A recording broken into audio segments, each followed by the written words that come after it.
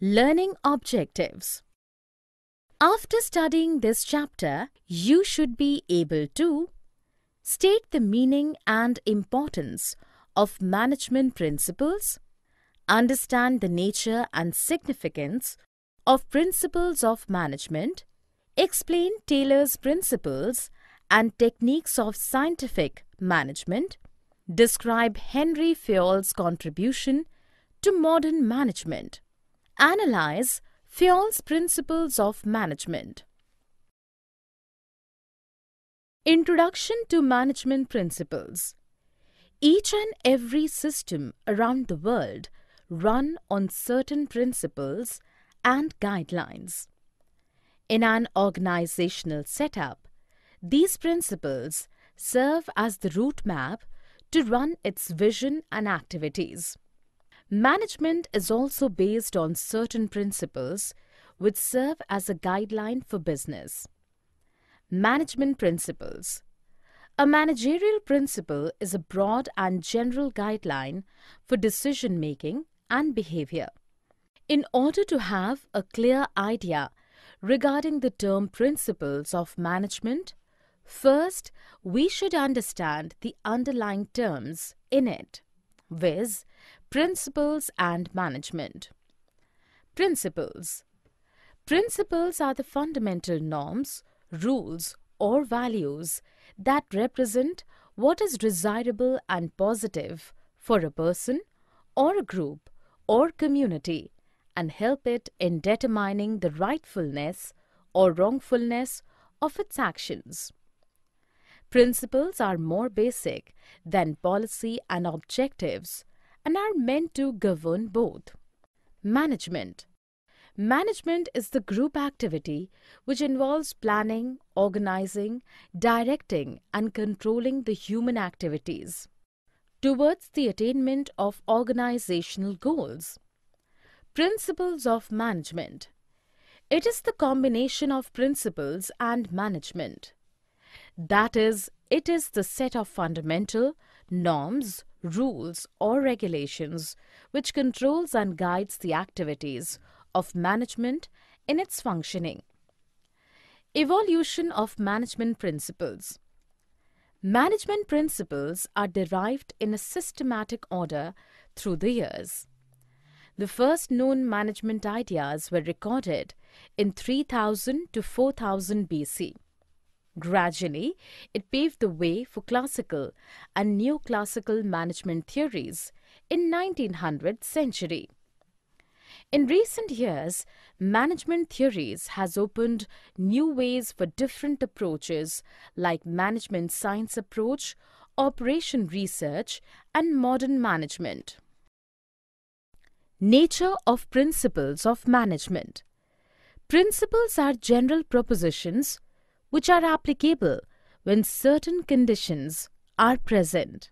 The important points that describe the nature of management principles are listed below. Universal applicability.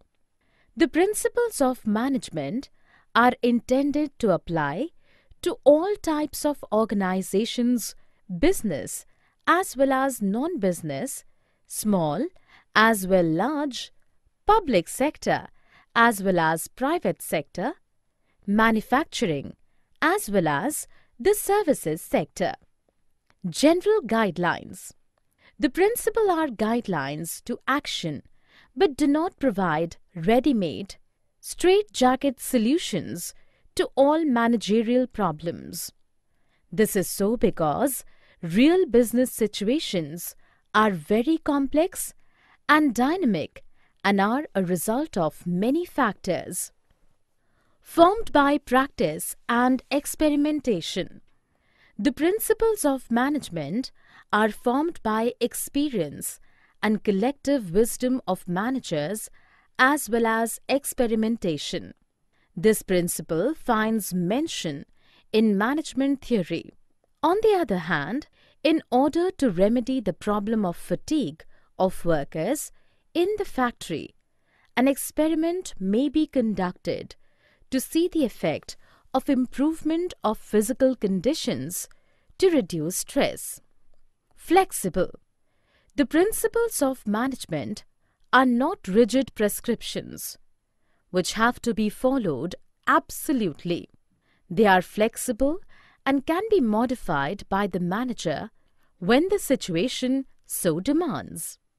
They give the manager enough discretion to do so. Behavioral in nature. Management principles aims at influencing behavior of human beings. Therefore, principles of management are mainly behavioral in nature. Cause and effect relationships. The principles of management are intended to establish relationship between cause and effect. As such, they tell us if a particular principle was applied in a particular situation, what would be its likely effect? Significance of principles of management. Management principles provide useful insights to managerial behavior and influence managerial practices. The significance of principles of management can be discussed in terms of the following points. Providing managers with useful insights into reality. The principles of management provide the managers with useful insights into real-world situations. Adherence to these principles will add to their knowledge, ability, and understanding of managerial situations and circumstances, optimum utilization of resources, and effective administration. Resources, both human and material, available with the company is limited. They have to put to optimum use. Principles equip the managers to foresee the cause and effect relationships of their decisions and actions. Scientific decisions. Decisions must be based on facts, thoughtful and justifiable in terms of the intended purposes. They must be timely, realistic, and subject to measurement and evaluation. Management principles help in thoughtful decision-making, meeting changing environment requirements. Although the principles are in the nature of general guidelines, but they are not modified and as such help managers to meet changing requirements of the environment. Management principles are flexible to adapt to dynamic business environment. Fulfilling social responsibility. The increased awareness of the public forces businesses, especially limited companies, to fulfill their social responsibilities. Management theory and management principles have also evolved in response to these demands. Management training, education, and research. Principles of management are at the core of management theory. As such, these are used as a basis for management training, education, and research. These principles provide basic groundwork for the development of management as a discipline. Taylor's scientific management. Scientific management. Scientific management refers to an important stream of one of the earlier schools of management thought, called classical thought. Before discussing the management principles, let us go through the working atmosphere of factories in the earlier years of Industrial Revolution. Lack of professionalism and personal judgment leads to an autocratic atmosphere in the factories. In this scenario, F.W. Taylor emerged as the father of scientific management. He proposed scientific management as opposed to rule of thumb. He broke up human activity into small parts and found out how it could be done effectively, in less time and with increased productivity. F.W. Taylor, the father of scientific management. Frederick Winslow Taylor was an American mechanical engineer. who sought to improve industrial efficiency. In 1874, he started his career as an apprentice mechanist and later became the president of American Society of Mechanical Engineers.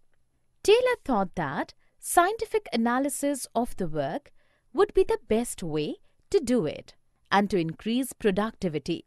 In 1911, he published his findings as the Principles of Scientific Management, and which is considered as one of the greatest contributions in the management history.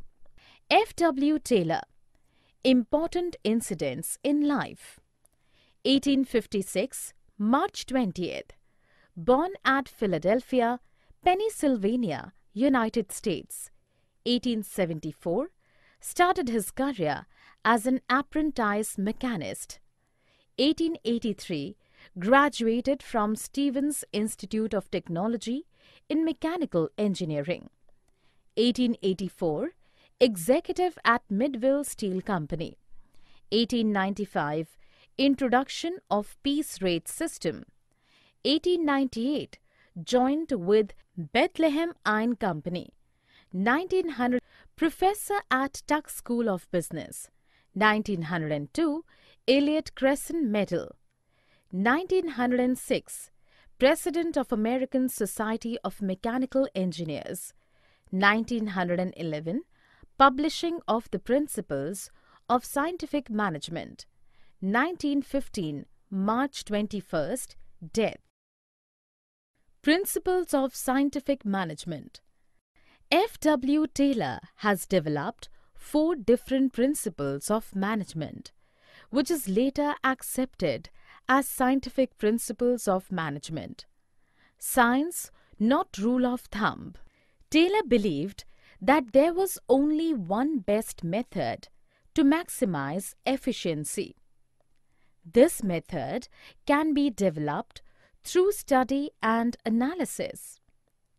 Taylor advocated the scientific method of approaching the problems, which involves investigation of traditional methods through work study, unifying the best practices, and developing a standard method which would be followed throughout the organization.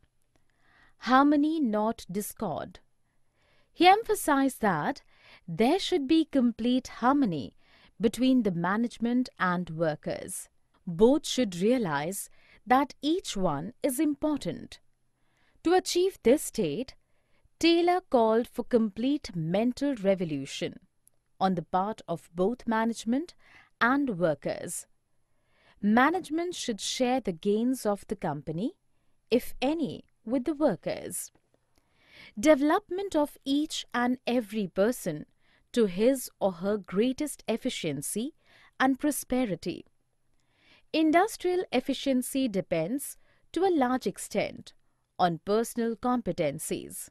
Hence, as per this principle, each worker in the organization should be well trained so as to complete his job effectively.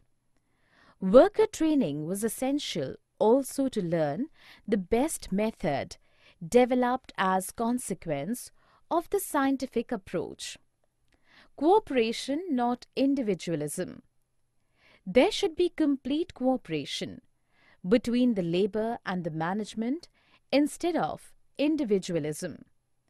This principle is an extension of principle of harmony, not discord. According to him, competition should be replaced with cooperation. Techniques of scientific management. F. W. Taylor suggested the following methods and techniques instead of the rule of thumb for the smooth running of a business enterprise. Later, it will be accepted as the techniques of scientific management. Functional foremanship. In the factory system, the foreman represents the managerial figure with whom the workers are in face-to-face contact on a daily basis. He is the pivot around whom revolves the entire production planning, implementation, and control. Thus, Taylor concentrated on improving the performance of this role in the factory setup.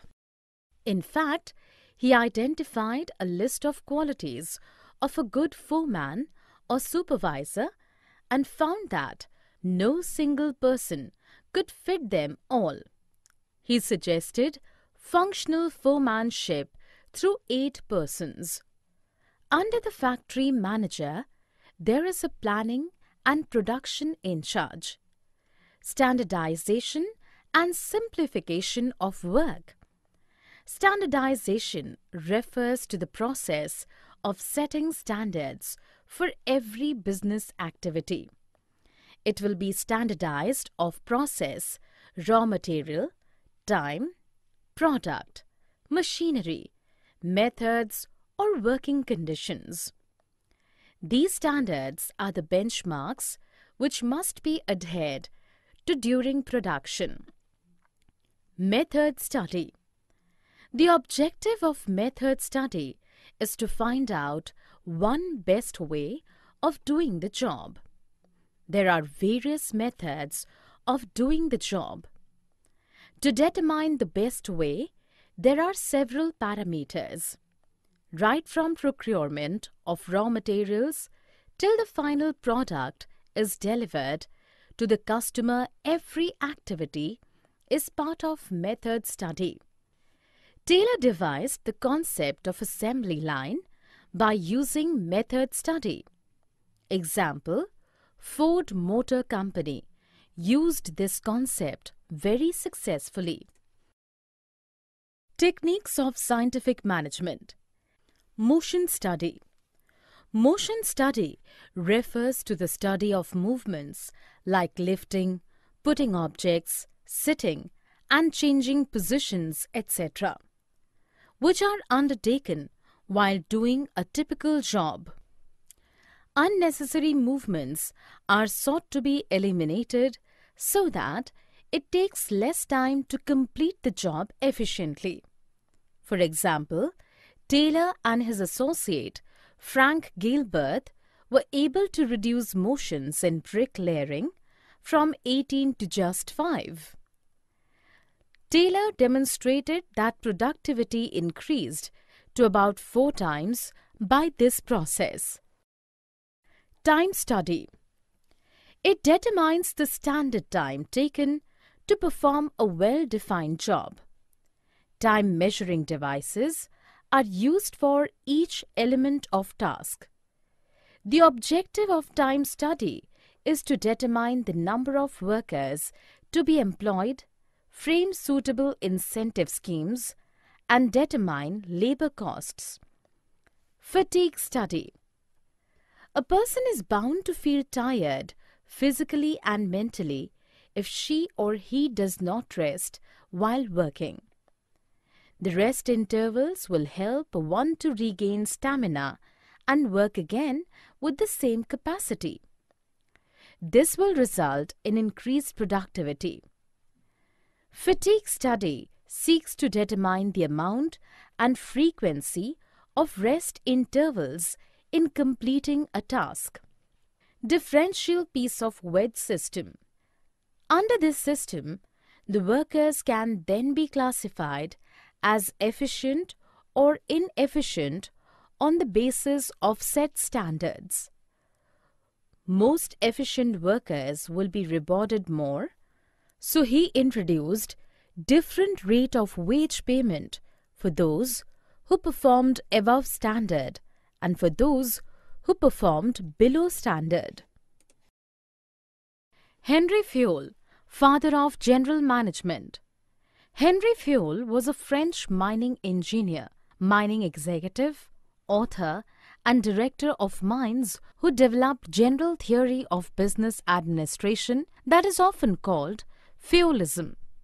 Like his contemporary Frederick Winslow Taylor, he is widely acknowledged as a founder of modern management. In 1860, at the age of 19, Fayol started working at the mining company as a mining engineer. In 1888, he was promoted to managing director. During his time as director, he made changes to improve the working situations in the mines, such as allowing employees to work in teams and changing the division of labor. In the last century, organizations already had to deal with management in practice. In the early 1900s, large organizations such as production factories had to be managed too. At the time, there were only few management tools, models, and methods available. During the term of his office, Henry Fayol identified 5 different functions of management as planning, organizing, staffing, directing, and controlling. Even today, this is considered as the basic functions of management. He also suggested that qualities a manager must possess should be physical, moral, education, knowledge, and experience. He published a book called Administration Industriale et Generale in 1917, where he explained the 14 principles of management. Today, these 14 principles are considered to be the fundamental principle of modern management. Principle of Management. The 14 principles of management propounded by Henry Fayol were discussed in detail in his book General and Industrial Management and is widely considered a foundational work in classical management theory. The 14 principles of management given by him are discussed below. Division of work. Work is divided into small tasks or jobs. A trained specialist who is competent is required to perform each job. Thus, division of work leads to specialization. According to Fayol, the intent of division of work is to produce more and better work for the same effort. Authority and responsibility. According to Fayol, authority is the right to give orders and obtain obedience, and responsibility is the corollary of authority. Managers require authority commensurate with their responsibility. There should be a balance between authority and responsibility. Discipline. Discipline is the obedience to organizational rules and employment agreement which are necessary for the working of the organization. According to Fayol, discipline requires good superiors at all levels, clear and fair agreements, and judicious application of penalties. Here, discipline, when applied, would mean that the workers and management both honor their commitments without any prejudice towards one another. Unity of command. According to Fayol, there should be one and only one boss for every individual employee. If an employee gets orders from 2 superiors at the same time, the principle of unity of command is violated. The principle of unity of command states that each participant in a formal organization should receive orders from and be responsible to only one superior. Principle of management. Unity of direction. All the units of an organization should be moving towards the same objectives through coordinated and focused efforts. Each group of activities having the same objective must have one head and one plan. This ensures unity of action and coordination.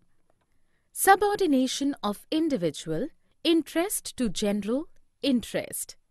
The interests of an organization should take priority over the interests of any one individual employee, according to Fayol. Every worker has some individual interest for working in a company. The company has got its own objectives.